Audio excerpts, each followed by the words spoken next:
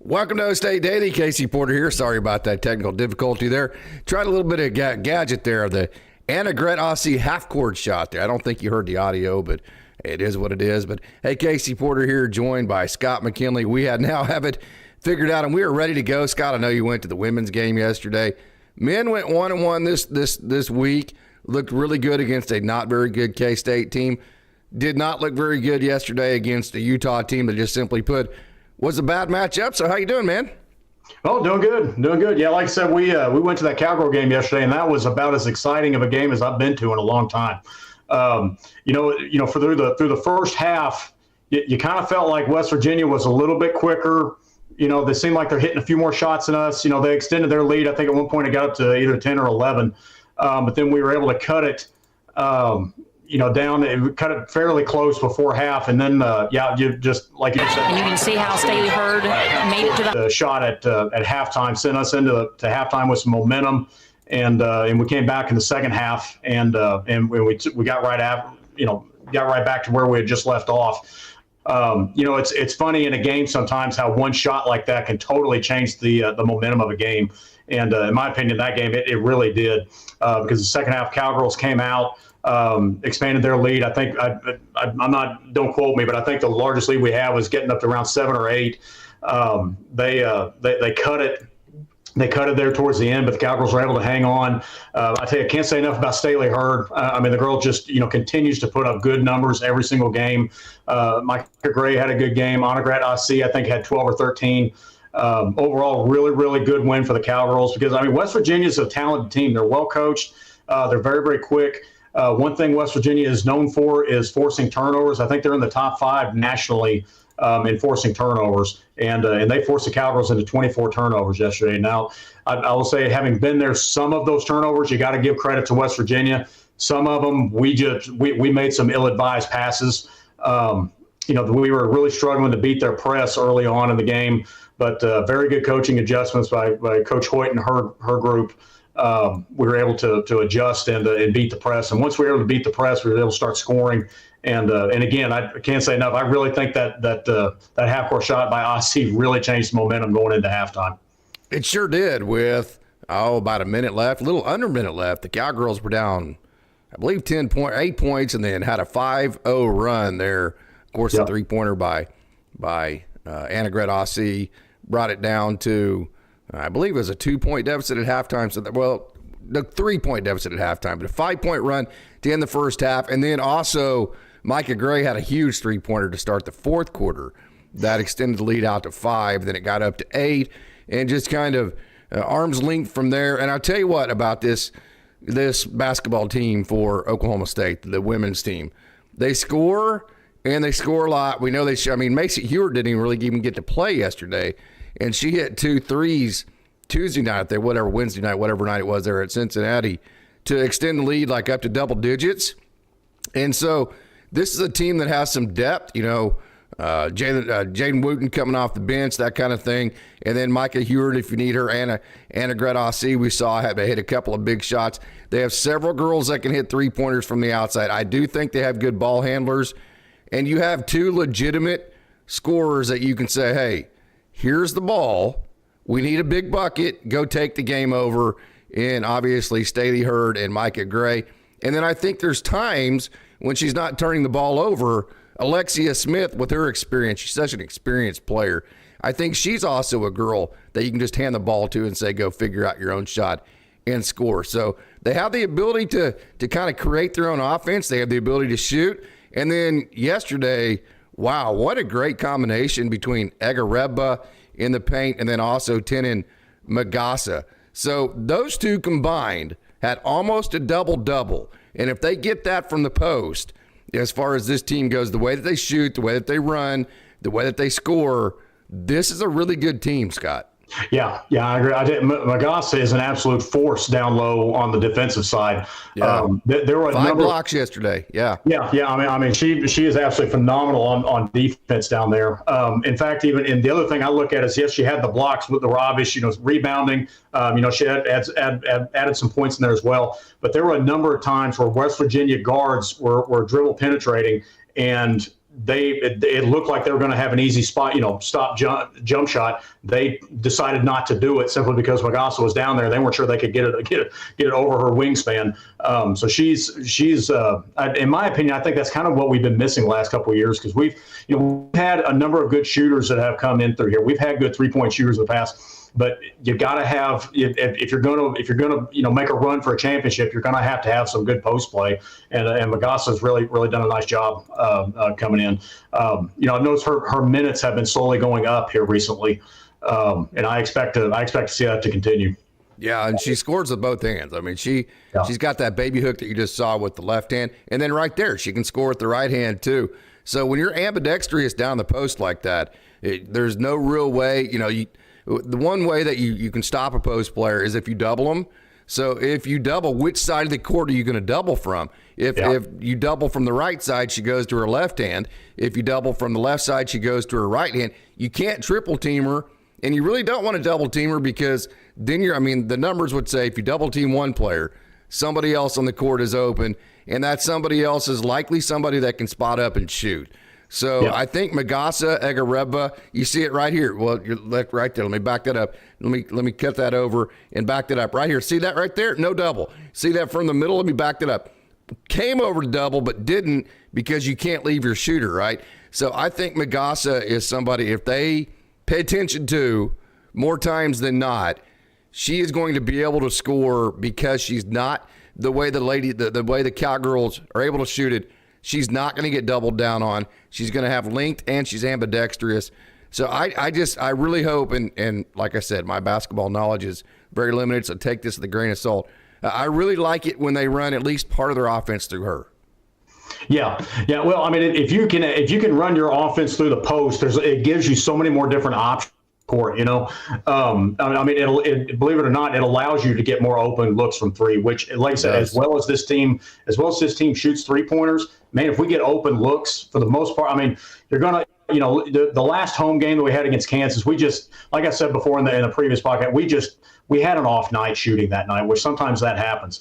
But man, it really does help having that post in there. There's a reason why basketball players are tall.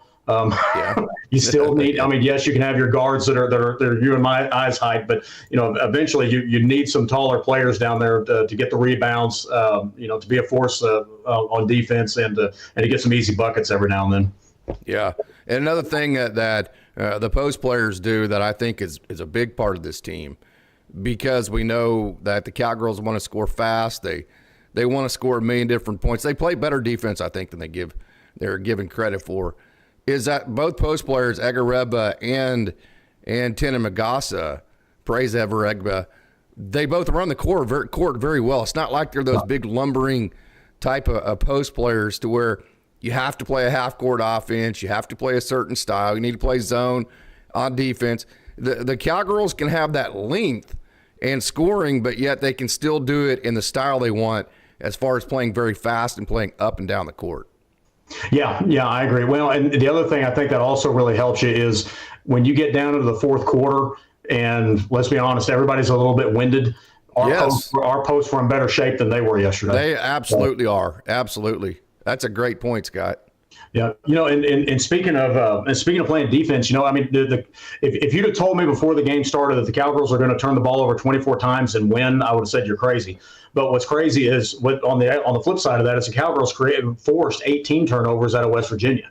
So it was and some of those were steals, some of those we forced them into that traveling calls. There's all different ways you can get a team to turn the ball over. But overall, it was, in the grand scheme of things, it was a really, really important win for the Cowgirls. This team has been sitting on the outside of the top 25. We've been in that other receiving boats for several weeks now, and I think the voters have been waiting for us to play somebody that was a little bit tougher on the strength of schedule side of things. And West Virginia was number 17. We beat them. I will say this: I think the Cowgirls got a really good shot to be ranked in the top 25 this week. If they're not, they're going to be right there knocking on the door to it. Why wouldn't they be? My question. What are they? 14-2 now. They've only lost the one game at home to Kansas. Which, hey, those games happen, man. You know how that goes. And they just beat West Virginia came in ranked number 17 in the country. You can see on your screen here. Here's some more. If you don't want to rank the Cowgirls in the top 25, shame on you, okay? Because this is a good Big 12 conference. Cowgirls are second in the Big 12 in scoring, 83 points a game, Scott. But, hey, it's one thing to score, right? But they're also fourth in the Big 12 conference in allowing just 56 points a game. So when you put that together, they're fourth, not just the scoring, it's the defense too.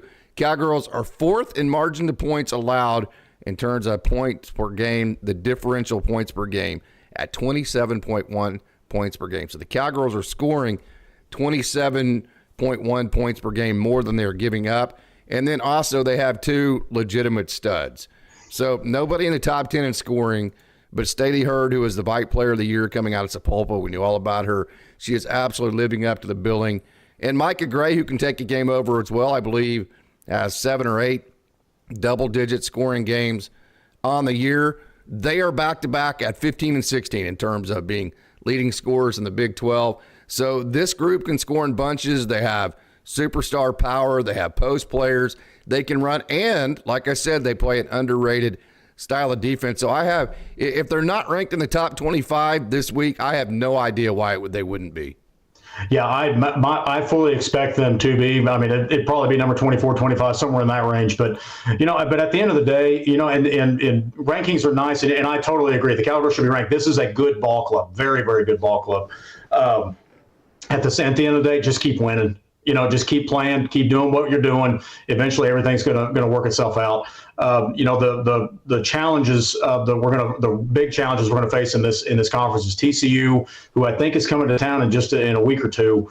They mentioned that at the game. We need everybody to come out for that game, but we need as good a crowd support as we can get. Which I thought the crowd was good against West Virginia. Again, still want to see more people out there, and I'd encourage everybody to come out there. This is a really good ball club. Tickets are cheap.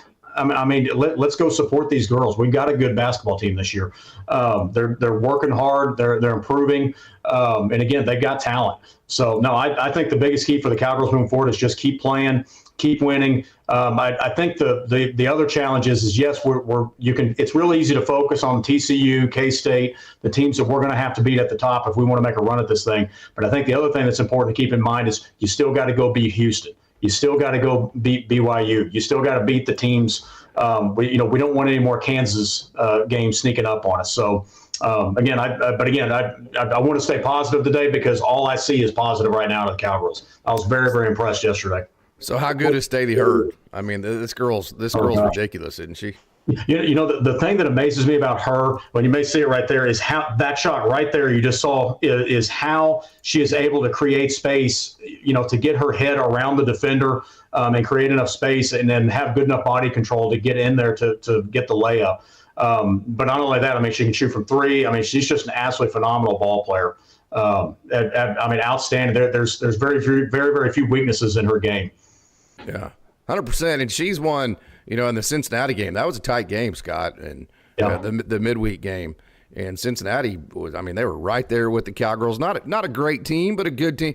Certainly a team that if you go and you play bad, you're going to lose on the road. You're a long ways away from home. They're capable of beating you.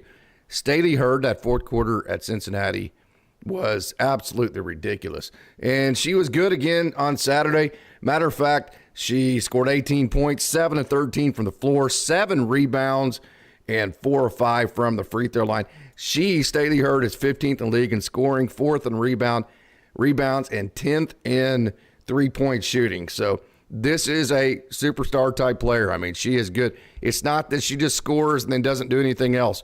She also rebounds. She shoots her free throws. She plays good defense. Staley Hurd is a legitimate star type player that is a great leader on this team. Yeah, and she's very unselfish basketball as well. I think another thing that sometimes with basketball players that gets overlooked, she's very, very good about knowing when she needs to create her own shot or when she needs to take the shot, but she's also very good about knowing when, no, this is not the shot, this is not the time to pull the trigger, I need to pass it. She's got a very, very high basketball IQ, and you can see that every time she takes the court. Yeah. 100%. So, okay, just kind of final thoughts on the Cowgirls here. They go to Houston on Tuesday night. Houston is not a good basketball team. So, having said that, of course, you have lots of veteran leadership on this team. You have a bunch of girls that have been there, done that. So you wouldn't think that from an emotional standpoint, the Cowgirls would ever take a night off and say, hey, well, this is Houston. They're not very good. We're going to go down there. It's just going to be business as usual and not even remember the game and come home with a win. You hope they don't do that. You wouldn't think they would. Is there anything about Tuesday night that worries you? There's nothing on paper that worries me, but I think it just like what you just said, it's just one of those deals where you simply cannot take a night off, because the thing is with basketball is if your percentages drop by 5%, like let's say, if normally you're shooting, 45% field goal, but you now all of a sudden tonight you shoot 40. Okay, well, at the end of the day, that could end up being, 8, 9, 10 points. Well, all of a sudden, if you spot the other team 8, 9, 10 points, well, now they're right there with you. So I think that's the only thing that I'd say is just on paper, the Cowgirls should win this game, but they've got to show up. They've got to, as they say, that's why they play the game. So, and I think they will. I think Coach Hoyt's got their attention. Like you said, I think we've got a better leadership. I expect the Cowgirls to go take care of business on Tuesday. What do you think the top end potential is for this team?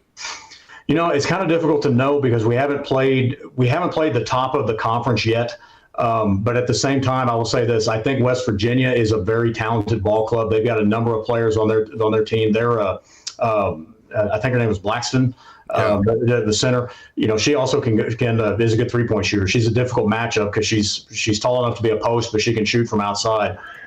So I think that the Cowgirls can make a legitimate run at the conference. I think that a few things are going to have to fall their way. As is the case, there's very, very few championships I see that are won where things you didn't have a couple things that just kind of fell your way. But again, I do think that this team is very, very capable of making the NCAA tournament, no doubt. And I expect them. In fact, I would be shocked if we didn't make the NCAA tournament. I think this team has got the talent to do it. Yeah, 100%. Scott Swiden has joined the chat, says Staley was very well coached in high school there at Sapaloopa, so would totally agree with that. So let's move to the men's, and kind of a mixed bag. Hey, Khalil Brantley on Tuesday night showed you exactly what a point guard should be. 5 assists, just 1 turnover, distributed the ball very well. There was a lot of balanced scoring, and because of that, the Cowboys were able to beat a K-State team that is horrific on the road. I'm not going to sugarcoat the game Tuesday night. I'm not going to be negative about it, but that was a game that if you don't win that, your season's going to completely tank, because K-State, they're not a good team to begin with, and they're not a good team on the road. But having said that, the Cowboys did exactly what they were supposed to. They took control of that game. It was really, I guess, whenever K-State came back and brought it within 11, they were playing the zone. They went with their big lineup. You're like, oh, crap, this is a team you have no idea how OSU's going to handle this maybe at that point. But then Bryce Thompson hits the three-pointer. You're right back out to a 14-point lead. A couple minutes later, about 1 minute later, you're up by 17 again. And so they did what they were supposed to. And so here you're thinking, okay, great. Well, we have a chance to go 2-2 in conference. We're going to the second worst team in the Big 12 if OSU is not the worst team in Utah. Then you show up and it's like, gosh, it's like the biggest team in the world. I mean, it's like the worst possible matchup you could possibly have, because Utah has such great size. What's happened to them, though, is that they are just now they haven't been able to use that size to match the physical nature of Texas Tech and Baylor and the teams that they played. So they played really good teams. They're just now starting to understand the style of the Big 12. And it seems like they got right against OSU Saturday. OSU was never in that game. Yeah, and I think that's it's kind of a Jekyll and Hyde kind of deal, which, to be honest, I kind of, if you could ask me before the season, I kind of expected some of that, just because you get so many different new players, so many new pieces, new coaching, all that stuff. But at a certain point, you've got to start being competitive in these games. I think the problem I'm seeing is it's the same thing that happened to us. Now, okay, Houston's really good. We get it. West Virginia, we were never even in that game. Nope. I mean, we were done from the get-go. Utah, last night, we were never even in that game. And I think that's the step I'm expecting us to take. It's not, again, I'm not expecting a championship this year. That's not the expectation.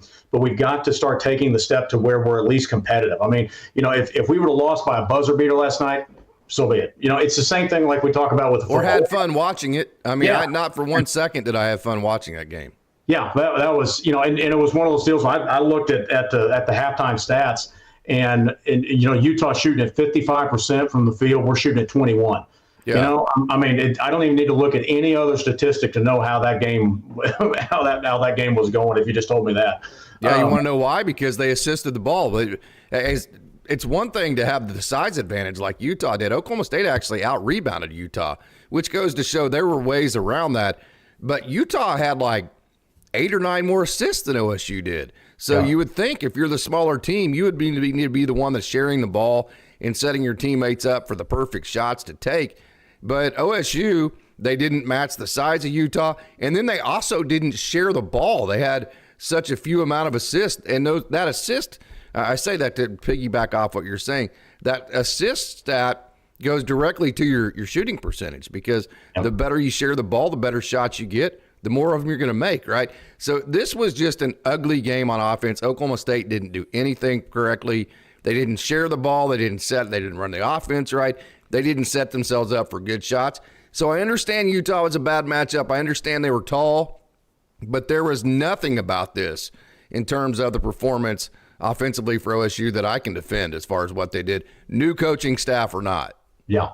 That again, that was my thought. It's just that we've got to be better than that. I mean, there's just, I mean, again, we're not going to win every game. You know, we understand we're trying to build something from a place that was not good, but we've got to start getting competitive. We've got to start getting, and like you said, just at least make the game fun to watch. To be honest with you, I did watch it, but I really did not want to have to watch that second half because I knew exactly what was coming.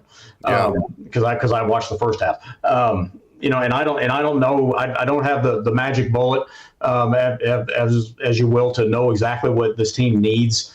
I think more than anything else, like I said, I think we need an offensive identity. You know, if we're going to be the run and gun team, okay, let's do that. I do agree with you guys. Quit trying to create your own shot, and you shoot the ball with 18 seconds left on the shot clock, and you didn't even look to try to make a pass, to try to, you know, run a screen, do something, run a pick and roll, do something. Get the ball in post first, kick it back out, that kind of thing. Yeah.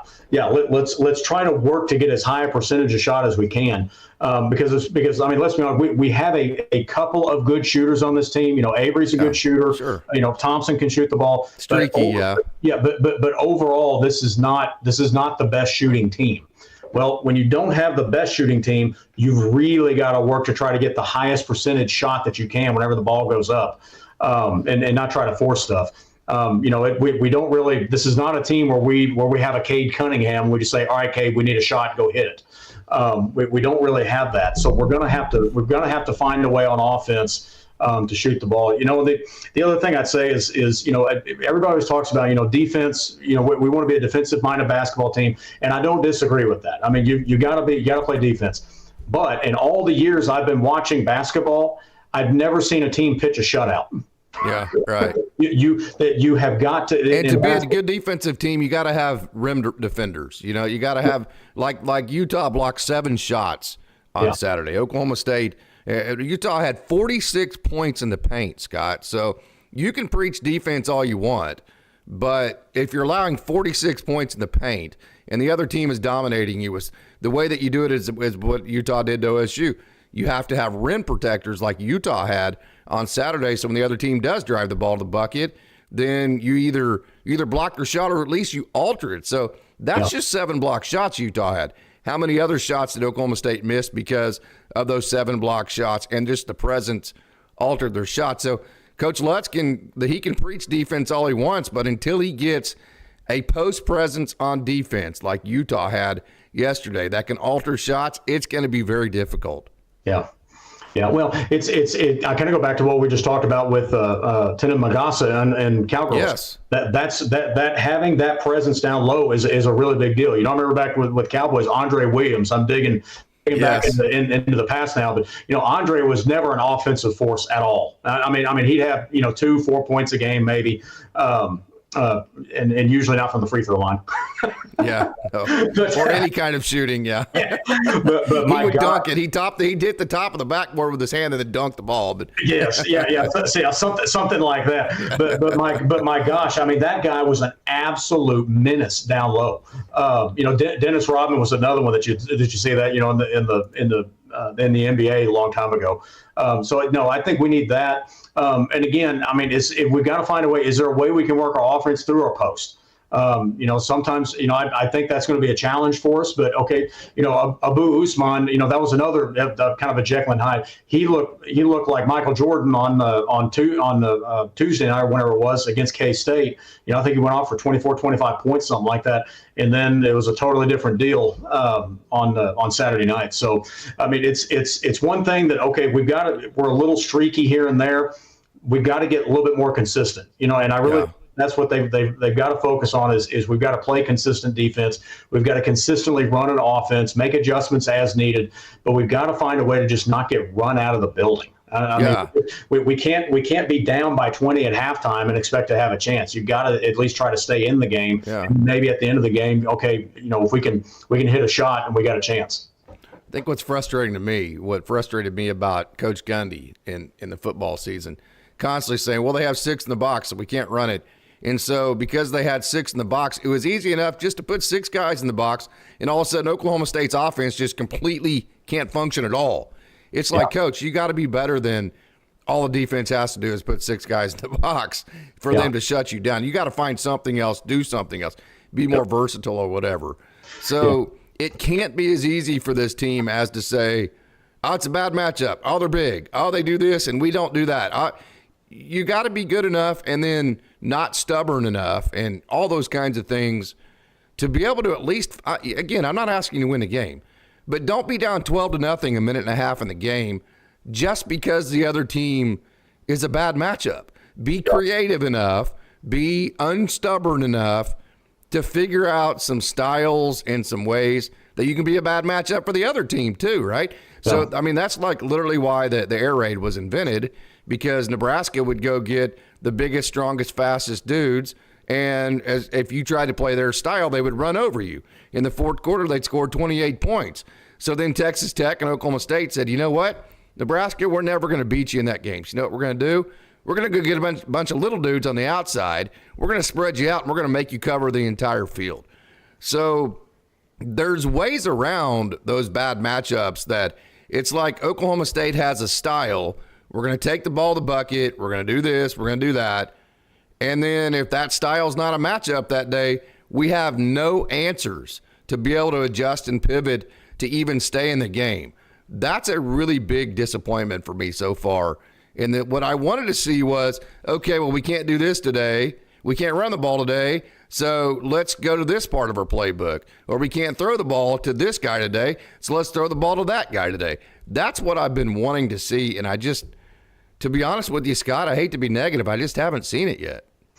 Yeah, one of the things I've always said is there's no strategy in any sport that neutralizes everything and gives up nothing. If you're running zone in basketball, okay, well that helps you in some ways, but it's opening you up to others. If you run man, it solves it's the exact opposite. It solves one thing, and it opens you up to the other.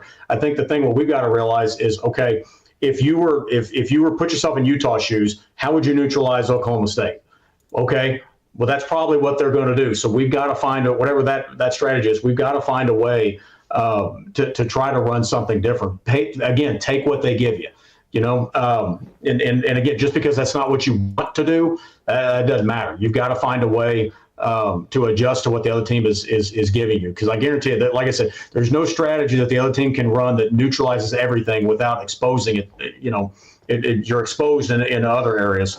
I hope I phrased that right, but I think that's the problem I'm seeing right now is I'm not seeing that. Like I said, I was very pleased with what I saw against K-State.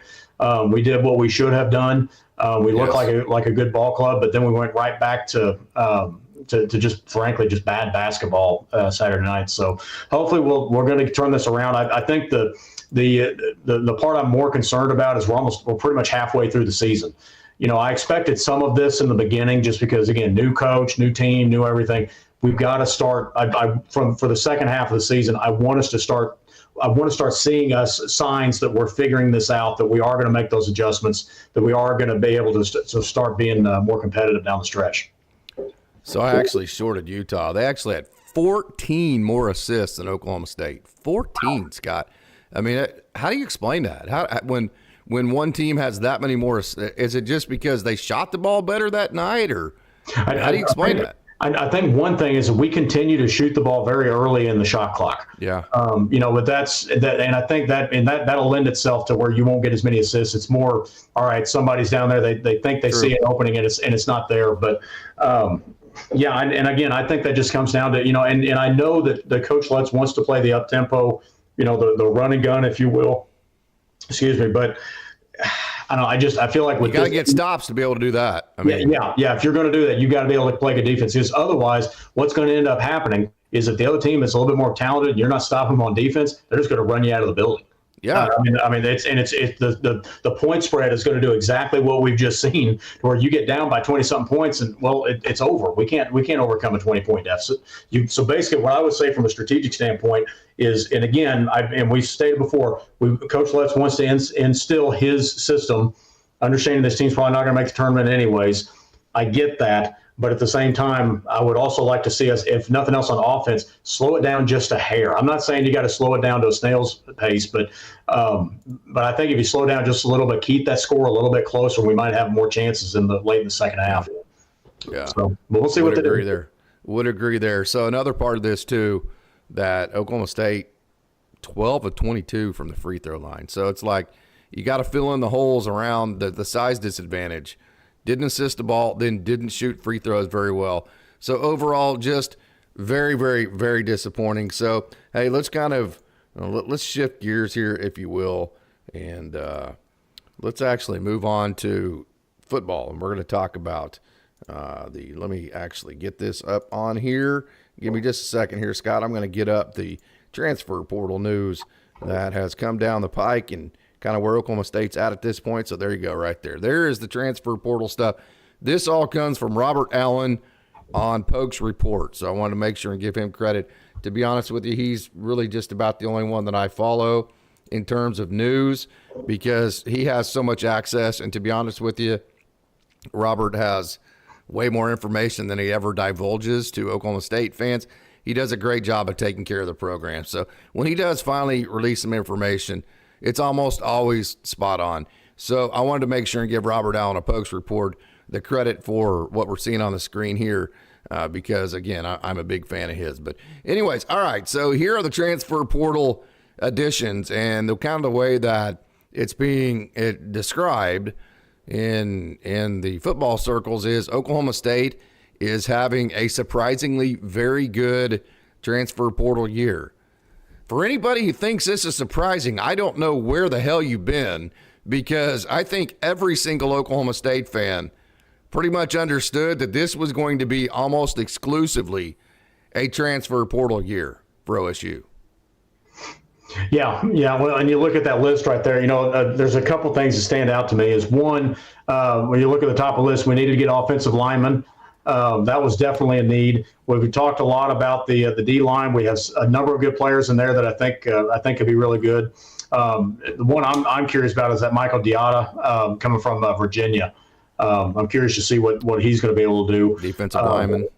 Yeah, the D lineman. The one surprise that I will say in here is, you and I had talked about this at the end of the season, is do we go get a quarterback or not? Yeah. And bringing in Hoss Haney from TCU, he basically, my understanding is he's followed Doug Meacham back up Stillwater. So I don't know if that signals that they didn't believe that doesn't necessarily mean that they didn't think that the guy that our starting quarterback wasn't already on campus between Milwaukee Smith, Garrett Rangel and Garrett Flores, but I think that was more one of those deals where, hey, you know what, Haney's willing to come up here. We've got a spot. Let's bring him in. Let's have a good quarterback competition in the spring. That would be my guess is what they're thinking on that. But no, I think that we've actually had a fairly good class. And again, I don't really look heavily on where the guys are coming from. Because again, they could be bringing them in for a specific reason or purpose or even package. There's because let's be honest, there's some D linemen that some of them are every down D linemen, some of them are good pass rushers. some of our good run stoppers. Some of it could just be, you know what, we need this guy when we've got a 3rd and 2 and we're expecting a run. We need a good guy to plug the middle. Well, that's the guy that we want up there because he's hard to move, that kind of deal. So overall, I'm not saying that this is the greatest class that has ever been, but I do think that we're starting down that path to getting back to being competitive. And again, we knew this was going to be a transfer portal year. And I think the other thing that I'm excited about is I believe that Mike Gundy is embracing the transfer portal, where we all know several years ago he was not a big fan of it. I think there's a lot of people who say they're not fans of it, but whether you're a fan of it or not, it doesn't matter. It's here, and I'm glad to see us embracing it. Yeah, I totally agree. So, anything surprise you about Jeff Roberson? Did you see that coming? Committed to Minnesota. I know he had a couple of offers out there. Is that disappointing for you, or is that just you figured there were going to be guys like that wouldn't be a part of this program next year? Anything about that? There's always guys, and I'm learning this as because we've had the transfer portal for a couple of years now. There's always guys that leave, and I'm like, that's not that bad of a loss. And there's other guys that leave, and I'm like, man, I really like that guy. Jeff Roberson was one. I really like that guy. Yeah. I really wish that we would have been able to keep him. But is he a big loss? Do you like him because he's a big loss, or do you like him because you like this hustle and he's from Oklahoma and you just like the guy and the way that he played? I think I like the way that he played. He's a good ball player. He's not. I don't think he's an NFL kind of guy. I could be proven wrong. But I also know that we just got I believe it's a linebacker from Ole Miss. That was a starter. He was a starter for Ole Miss. Trip White, yeah, Trip White. So I don't know if that weighed in on. Was he a starter, or is he the one that didn't even have any stats? No, I think that I could be wrong on this, but I think he was a starter. I wanted to confirm that. If I'm wrong, I apologize on that, but I believe that he was a starter for Ole Miss. So and again, I don't know if that weighed into Roberson's decision. It may have. But if nothing else, I felt like he was one of those guys that he's playing the game the right way, and frankly, we kind of needed some of that because I think we had some bad things creeping into the culture last year, and he was a good one. But at the same time, it's one of those deals where every player is replaceable, coaches are replaceable. It's kind of one of those deals where that sucks. I kind of wish we could have kept him. But at the end of the day, we're going to have to move on and support the guys we got. Yeah, Trip White had one tackle last year, so he's a guy that he was a guy that was more special teams, and I don't think he played a whole lot. Which that doesn't mean anything. We see that guys are talented. Ole Miss, who knows? We don't know the behind the story. That doesn't mean he's not talented. It doesn't mean he's not going to come to OSU and set the world on fire. Kind of like he reminds me of the receiver that Oklahoma State got out of Auburn, Sam Jackson. You like the name Auburn. You like the fact he's SEC. You know that they're going to have good size and measurables. And we also know, here's another exciting part of that, Scott, is that we know that those are the types of players that Coach Gundy likes to get in this Oklahoma State system, the one that fills out the measurable sheets and they're still in the potential category and trains them up and becomes really good ball players. So super excited about those two. I thought it was really a stupid situation. The transfer portal, we say all the time, more kids are going to actually end up in a worse situation than when they started. When they go into the transfer portal, well, here is the absolute poster child for pitifulness in terms of making decisions with the transfer portal. A.J. Green, running back who transferred to Oklahoma State last year from Arkansas. Well, guess what? He transferred back to Arkansas this year, and now he's a walk-on. So because he decided to go to the transfer portal 2 years in a row, now he's gone from being a scholarship player to a walk-on. How dumb is that situation? Yeah, that didn't. Again, it's one of those deals. There's not the grass isn't always greener on the other side. That's kind of a sad situation. Hey, I was going to tell you on that Trip White deal. It may have only had one tackle, but did you see that tackle? Yeah, it was. No doubt. It's kind of like my dad always used to tell me a story. He said that the scout was scouting a new pitcher, And the kid was phenomenal. And the scout's going back to the ball club, and he says, "Man, this pitcher was so incredible. He struck every batter out. In fact, only one hitter hit a foul ball."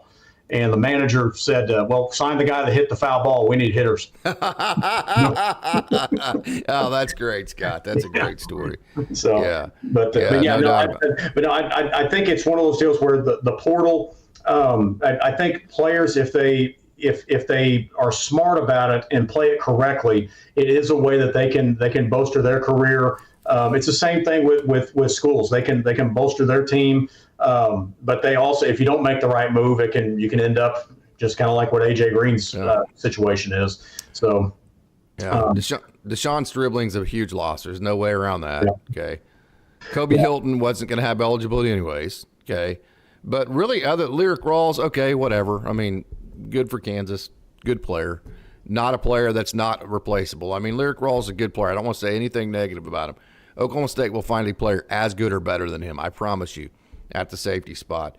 And so Deshaun Stribling to me still is really the only loss for Oklahoma State that makes me go, damn, man, golly, that one hurts because Des, here's the thing about him too that kind of is frustrating to me as you look at this list here.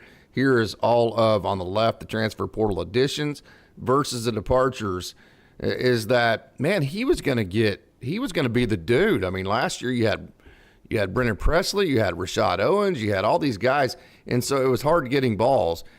And then you also had Casey Dunn, who just didn't have a good year calling plays and using all the weapons. Let's put it point blank there. So now you have Doug Meacham, who's an air raid coach, and then you don't have near as much competition. To me, this would have been a year that Des Stribling could have really, really just had a huge year at OSU. So that situation is very disappointing to me. Yeah, and you know, and the other aspect on this with the transfer portal, it's the aspect that we don't want to, that nobody really likes is the money aspect. You know, I don't know what, you know, I mean, with these players that we lost, we don't know what was offered, what was not, you know, that kind of deal.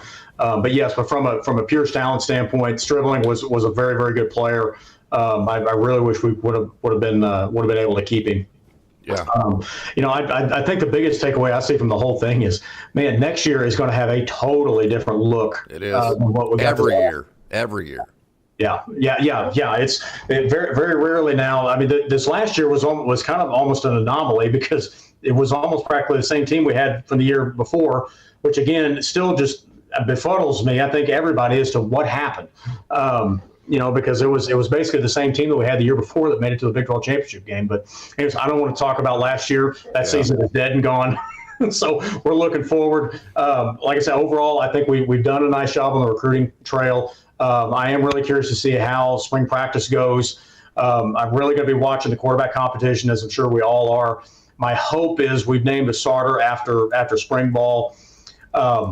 And my guess, and this is pure guess, my pure guess is I think Gundy will name a starter after spring ball, because we don't want to get into. Okay, nice. I think he will, because I think if nothing else, we don't want to get into a situation where we had to have the three quarterback rotation going on, you know, midway through September. That was not.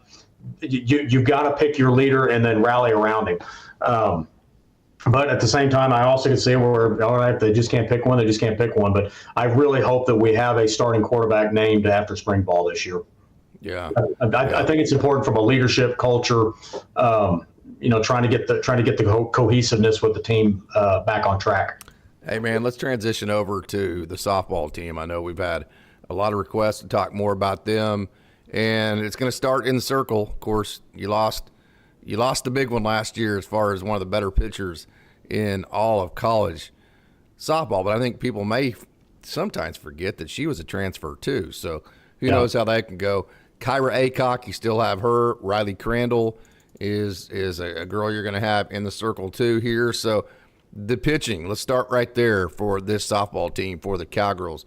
What are we looking at as far as that goes this year? So I think if you had to ask me that, okay, who gets the ball and the first one to get the ball in the circle in the first game, it's probably going to be Ruby Malin. just the pedigree that she brings in here. She's, former All-American, very, very good pitcher. I think Crandall's going to probably be your number 2. I think they're going to be a very good 1-2 punch, just like what we saw last year with Kilfoyle and Rosenberry. But I do believe that Aycock is going to get some work. The other thing that we don't know yet, and what I think is I'm very interested to see in spring ball, is I've always felt that Kyra Aycock has got the tools to become a very, very good pitcher. My hope is that she's made some really good strides in the off season for us. What's crazy? She had some really good moments last year. But then she'd have some games where it just wasn't good at all. But you look at she started the first game of the Bedlam series last year and won. So I think there's some tools to work with there. In the modern era of college softball, this is not. 20 years ago, all you needed was one really good arm in the circle, and you could ride that arm all the way to a national championship. That is simply not the case anymore. A number of reasons behind that, but I think between Crandall, Malin, Aycock, we got a couple of others on staff as well. I think that we're going to have. I feel very comfortable with what we've got in the circle. Yeah. Tell us a little bit more about Malin.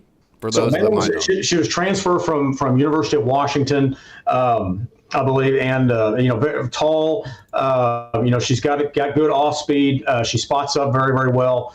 Again, very, very talented, very athletic pitcher, which is another thing that I think that I look for in a pitcher, because there's a lot of times in softball, your pitcher is going to have to play more defense than they would in baseball. Baseball, the only time, pitcher catches one is when it's, sent back to them at 100 miles an hour. But with the bunting game and all that kind of stuff in softball, you need your pitcher to be a good defensive player, and Malin definitely fits the bill for that. Yeah. Good strikeout pitcher. All tournament team as a freshman last year out in the Pac-12. Yeah. So no, I'm very, very excited. I think she's got all. And she has a lot of eligibility left. That's another exciting part of her, right? Yeah. No, she's got all the tools that you're looking for. Again, I don't think that we're gonna. As of right now, I think that pitching is going to be a strength for this team. I don't see it as a liability, because if one is struggling, I think that with the Crandall's going to be a very good number 2. Or Malin. Coach Gajewski is very, very good about that. Where it's not we know we got whatever the game is, we know this is our go-to pitcher, and we're only going to throw them. He has absolutely no problem if he feels like that the another pitcher is a better matchup in a given situation. He has no problem throwing the other pitchers. So did Crandall throw against OSU last year at Baylor? I know that was a tough series on the road, and there was very low scoring. Was she one of the ones that was in there?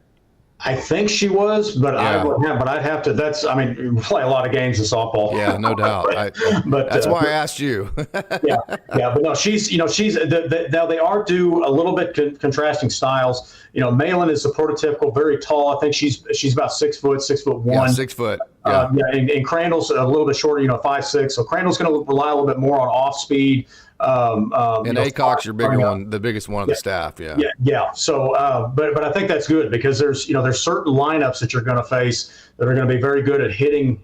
You could throw it, be throwing 76, 77 miles an hour out there, and they're still going to hit it just because they can hit fastballs. So you may need a good 1-2 punch to bring in there, just depending upon the lineup that you're going to face. I tell you, the player that I'm really probably the most excited to see come in is Megan Delgadillo. Coming in, she's a transfer in. The big deal with her is that I believe, from what I've read, is she's very, very fast, very, very good, very good base stealer. Good experience too. Yeah, good experience, good base stealer. Player of the year in the Big West in 2022. Yeah. So, one of the things I'm curious to see where in the lineup, I think would be kind of an interesting look in the lineup on that. Would be if you had her leading off. Well, okay, you get her on first. Well, now if you have Talon Edwards in the 2 spot, okay, she's a lefty. Well, now that allows you that. Okay, well, if she pulls it, well, now all of a sudden you're going to have first and third, and man, we're really in business. Or if Delgadillo's as good at stealing bases, man, you get her. If she gets on, you get her to second. Man, you've already got somebody in scoring position before you even have an out in the game. I mean, there's a lot of good things that can happen with that. And that's something that Coach Gajewski has mentioned, that this team is going to be very, very fast. Got a lot of good team speed. And I think Delgadillo is one of the ones that I'm really excited to see play. I think she's going to be a good career at Cal State Fullerton. As a matter of fact, I'm going to read this here. You mentioned the stolen bases, 151 stolen bases in her career for Cal State Fullerton. That is a Big West Conference record. The softball and baseball, any bat and ball out there on the West Coast, is just fantastically great competition. 206 games. She started 205 of them, so she's very durable. Expect her to be in the lineup every day. Also had the most amount of hits of any hitter in the history of Cal State Fullerton, 272. Scored the most amount of runs, and she had the most amount of stolen bases, as you mentioned, in the history of Cal State Fullerton. She hit .390. That's the fourth best batting average to finish a career ever at Cal State Fullerton, and she got on base at a .437 clip. So when you're talking about some of the big thumpers that Oklahoma State has, like a Carly Godwin, even Rosie Davis showed that she can put a thump into the ball, girls like that. Lexi McDonald, I think, is going to have a big year this year.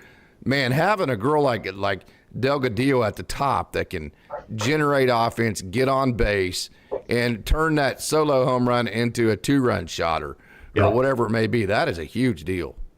Yeah, I just on paper setting up, it's exactly what you want to have. You want to have have players at the top of your lineup. Your 1, 2, 3 that are going to get on base, are going to wreak havoc. They're going to put make the pitcher a little bit uncomfortable, if you will. But then you've got the power coming up back in the middle part of the lineup between Carly Godwin, Claire Tim, Lexi McDonald. Yeah, any one of those players can take it deep. So no, like I said, I'm as high on this team going into the season as I have been in previous seasons. Now, again, it's a long season. There's a lot of things that can happen. There's development that has to happen. Players are going to have to meet the potential, all those things. This team, we do have a difficult schedule ahead of them. So yeah, that's an understatement. So take us through a little bit of that, Scott. Oh my gosh. Well, I'll say this from an overall standpoint. One of the things that I look at, that if we want to take that quote unquote next step, and again, but we've been to 4 or 5 straight World Series. This team has been very good for a very long time. But they haven't won one yet. Yeah, but we haven't quite won one. If we want to take the next step, we're going to have to be able to be a little bit better at hitting those top level pitchers. Yeah. When you get to the World Series and you're facing arms that are just they're the cream of the crop, we got to get a little bit better. But have we had a Delgadillo type player that can just go ahead and score you 2 runs on a night, even when you're not hitting? Have we? Yeah. We've had great players and great hitters, but have we had that run generator type at the top? Yeah, you've got to have, like I said, when you're facing an arm like that, you're not going to be able to just tee off on them. That just flat doesn't happen. So you got to be able to generate offense somehow, some way. Well, you get a Delgadillo at the top. Talon Edwards has got good speed. We needed just a couple more good hitters and something that we're going to be able to generate something. If all else fails, Delgadillo. I like Tim. I think Tim could be another table setter too with her speed. Yes. Yeah. And just the dynamics of the way she can do a little bit of everything. Yeah. Like I said, I really do think that the pieces are coming together on this, and I really do think that the challenging schedule that we're going to be playing, particularly early on in the offseason, getting some looks against, Florida State is constantly they're a consistent World Series team. We're going to get to see them very, very early. It's on that stupid flow softball thing, man. It's like every time I get it, it's impossible to cancel it. And I hate the flow sports stuff. But that's a soapbox that people might disagree with, and I don't need to get on. But that is what it is. Well, I just keep hoping I win that lottery, and I'll have my own little private jet, and I can go all the games. I'll take you with me. Right. Yeah, so Florida State twice in the first 4 games. UCLA, Kentucky, Texas A&M, Auburn, Alabama. Yeah. Really? Wow. Here's the reality. So, and I think people need to be prepared for this. When you're facing that kind of schedule, it's very, very possible or even likely that we're going to pick up a couple of losses early on in the season. That's just, because, if nothing else. Will Oklahoma State fans understand that? No, they don't. But I'm trying to get everybody prepped for that. Sure, that doesn't mean that we're not going to be there at the end. I think, in my opinion, that this is somewhat intentional we've got to we need to see those really, really good arms before we get into conference play. 100%. Because here's the deal when it comes to the Big 12 conference, in my opinion. Top to bottom, Oklahoma State is the clear favorite. In my opinion, we should win the conference next year. Now, Nigel Kennedy at Texas Tech is a top level arm for sure. I don't. We'll see what Tech has been able to add in the portal and in recruiting from on the offensive side of the ball. But just top to bottom, Oklahoma State should be able to win the league. But again, I think that early on, that's important. We need to see those really good arms, because once we get into playoffs, if we make a run to the World Series, we get back to that level, we're going to have to start generating offense better than what we have in the past if we want to take that next step and win a national championship. But again, a lot to be excited about. I think we're going to have really, really good crowds. In fact, I heard somebody the other day told me that they were going to be adding some bleachers again because we've been having such good crowds. I expect that to continue. The atmosphere at Cowgirls Stadium has just been phenomenal the last few years, and I hope that continues. Yeah. So the one position you're really going to need to replace is at catcher. So do we know who our candidates are to be the backstop this year for the Cowgirls? Honestly, that's one position I haven't really looked into. It's been mostly looking at the pitching and just looking at the lineup. Catcher's kind of a weird spot because it's got to be the hardest working position on the field. Yeah. And I think more than anything else is you need. So who will be the shortstop then? Who would that be? I think you're probably still going to have Bloodworth out there, I believe. And then Edwards at third. Probably, yeah. I think maybe at first. Yeah, we recruited Rosie at second. We recruited another girl. What's her name? Was it a Hat Hoot? And I think that was her name. Hat who? Hathoot, I think. Hat Hoot. Yep. Rachel Hat Hoot right here. Let me go ahead and click that over to her. Yeah. Rachel Hat Hoot is a young lady out of Albuquerque, New Mexico, went to La Cueva High School. She is a graduate student. So she has spent her time already in, she was Mountain West. She played there in the Mountain West for New Mexico. So, yeah, Hat Hoot comes in, another experienced player. And we know that Coach Gajewski does a great job with transfer players. Yeah. Well, and the thing is, looking at her numbers, she probably is going to be able to generate a little bit more offense. Than Bloodworth. Than Bloodworth, maybe, of course. And again, we don't know. I mean, I'm sure that Megan Bloodworth has been working on her swing in the offseason. I'm sure they've been working on that. So we'll just have to see. But I think that at least gives us another option that we could go to in the infield if needed. Obviously, I think Rosie Davis is probably clearly, in my opinion, should be the clear-cut second baseman. Yeah. Marla Godwin is definitely going to be your first baseman. Yeah, Godwin. Yeah. So, I mean, I think most positions are set. Where will Lexi play? DH? Do what? Where will Lexi play? DH? That's probably where I'd have her. I mean, I definitely want the bat. Want her back. Tim and who else in the outfield? Tim. You'll probably have Bedell Gadil will probably be out there with her speed. Then the third spot, they might rotate several players out there. Just, I mean, again, it depends on the day. There's certain. It's like a lot of things. There's some players that will give you a little bit more on defense. There's some players that will give you a little bit more on offense. That was the thing with Megan Bloodworth. That she was not the best offensive player, but her defense was so good that we're willing to give up a little bit in the lineup to have what she brings to the table at shortstop. Yeah. So, hey, man, this has been a fun conversation. We'll get more into the baseball next week. We would have some requests to get into the softball. So, hey, this has been a lot of fun. Scott, any final comments that you have here? Any final thoughts? The weather can't warm up fast enough for me. Yeah, no doubt. But no, I think the biggest thing I'd say is go support our Cowgirls softball team. No go support the Cowboys. Again, they're not going to figure it out. I mean, anything we can do to help them try to get it on the right track, I think we need to help support them. And I tell you, buy your Cowgirls softball tickets now because they're going to go really fast. I really think we've got a lot to look forward to this spring. Scott, appreciate it. Go Pokes.